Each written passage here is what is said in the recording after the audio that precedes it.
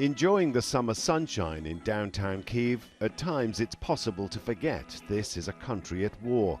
But look closer and you see the reminders of the economic pain this conflict has brought. People selling what few possessions they have on the streets.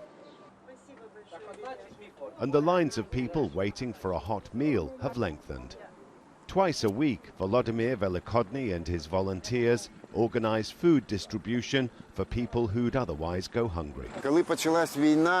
When the war began, we found we were feeding more internally displaced people who've come from the occupied cities in Donetsk, Luhansk and Zaporizhia. They're in a very bad state and they came here without anything.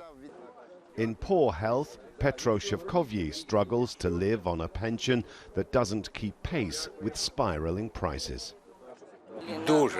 A lot of my money goes to medicine, and the prices of everything in the stores keep going up and up.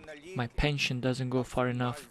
According to the World Bank, the number of people in Ukraine living in poverty rose from just over 5% at the start of the war to a quarter of the population by the end of last year, while a growing number of households are struggling to pay for basic necessities like food and utilities.